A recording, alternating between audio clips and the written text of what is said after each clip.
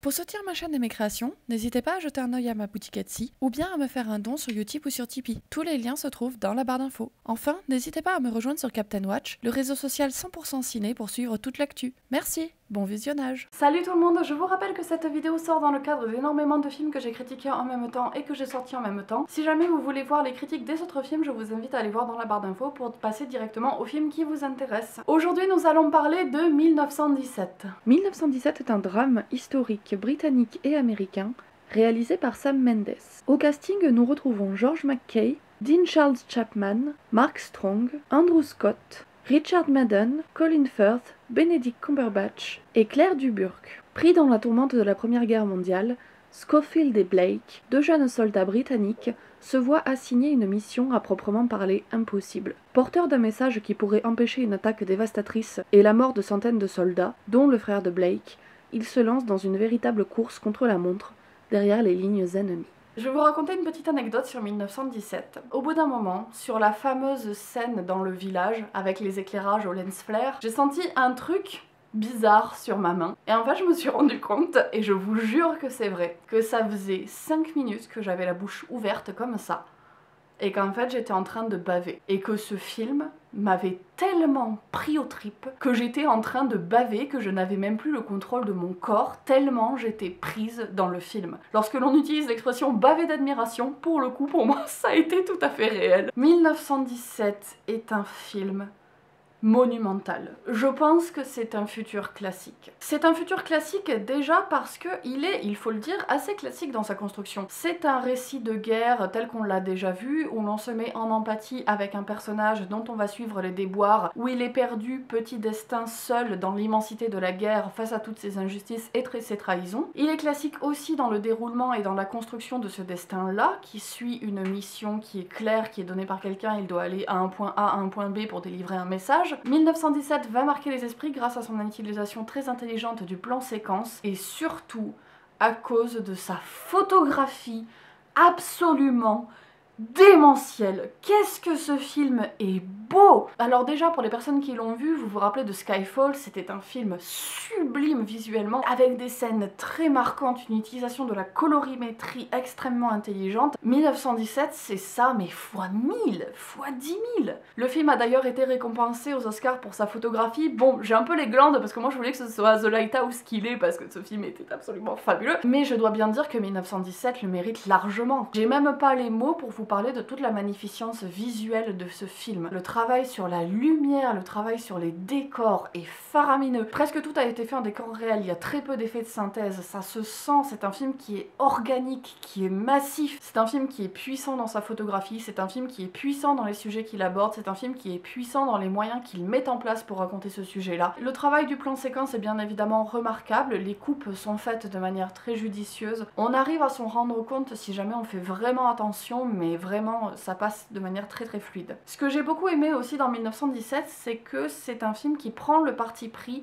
d'être totalement subjectif. Pourquoi? Parce qu'en fait la temporalité du film est totalement biaisée. En fait le film assume d'être complètement subjectif, d'avoir même par moments des incohérences temporelles, parce que tout est vu du point de vue du personnage que l'on suit. Donc il y a forcément des moments qui vont nous paraître par moments un peu courts à l'écran, mais que lui, dans le sentiment d'urgence de la guerre, va vivre de cette manière-là, et à l'inverse des choses qui vont être beaucoup plus longues, beaucoup plus étendues. Par tous ces aspects, il m'a grandement rappelé le film Utøya. Si jamais vous ne l'avez pas vu, je vous le conseille énormément. C'est un film norvégien qui retrace en 72 minutes le drame qui est survenu sur l'île d'Utøya, à savoir un terroriste d'extrême droite qui est allé massacrer tout un camp de vacances qui était présent sur l'île. Le drame a duré 72 minutes, le film dure 72 minutes et nous fait vivre tout ça en plan séquence. On est vraiment au cœur de l'horreur. Et 1917, pour moi, il a exactement la même force d'évocation que Utøya. On est au cœur de la guerre, on est au cœur de la tension. En termes d'expérience immersive, ce film est une réussite. Alors si jamais j'avais des défauts à donner à ce film, je trouve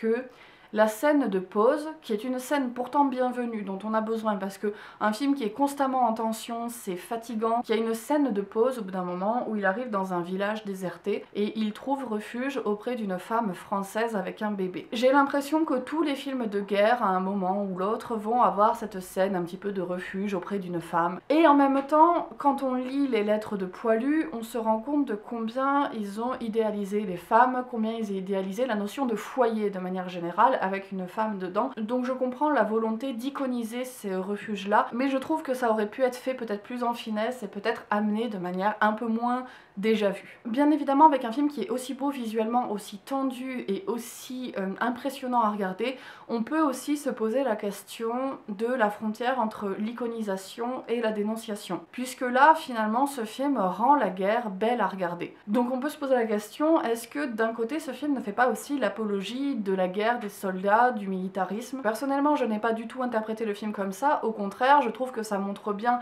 que les hommes là-bas sont traités comme de la chair à canon. D'ailleurs, à la fin du film, un des généraux dit au personnage « Tu sais, si ça avait pas été toi, ça aurait été un autre. Si c'était pas à ce moment-là, c'était à un autre moment.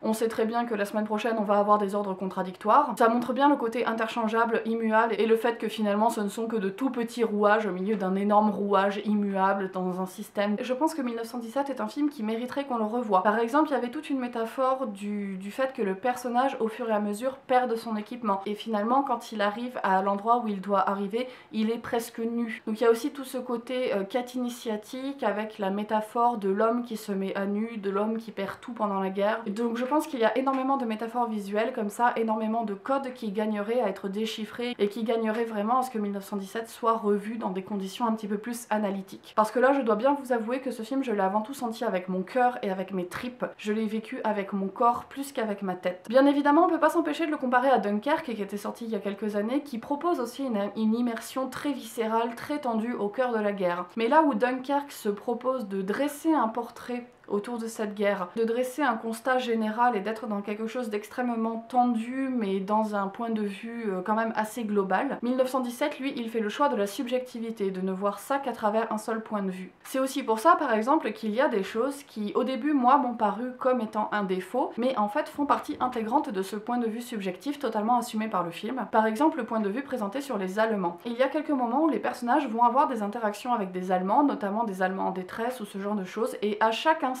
où on se dit qu'il pourrait y avoir une once d'humanité de la part des Allemands, ils font toujours des saloperies et il n'y a absolument aucun Allemand dans ce film pour rattraper l'autre. Et au début ça m'a gênée parce que je me suis dit putain mais qu'est-ce que c'est manichéen, mais étant donné que le film fait ce choix de la subjectivité, c'est tout à fait normal que dans le regard d'un Anglais, chaque Allemand soit interchangeable, chaque Allemand soit un ennemi. Ce choix de la subjectivité là fait aussi que des représentations pareilles passent, puisqu'elles ne sont que le reflet d'un fantasme et surtout des représentations du personnage que l'on suit. Vraiment, 1917, je ne taris pas d'éloges sur ce film, je comprends vraiment pourquoi il plaît, je comprends vraiment pourquoi il marque. Je trouve ce film d'une réalisation incroyable, d'un brio, d'une maestria qui sont absolument indéniables. Bien évidemment, il est classique, donc je pense que c'est clairement pas un film qui révolutionne le cinéma. Il y a des gens pour qui ça ne va pas en faire un film très marquant. Pour ma part, l'expérience et le côté immersif a été totalement réussi. Je trouve que c'est vraiment un film qui mérite qu'on le mette en avant parce que au-delà d'un futur classique du cinéma, pour moi c'est presque une leçon.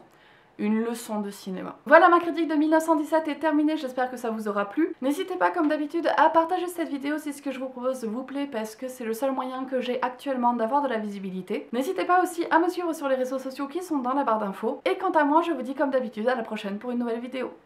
Salut!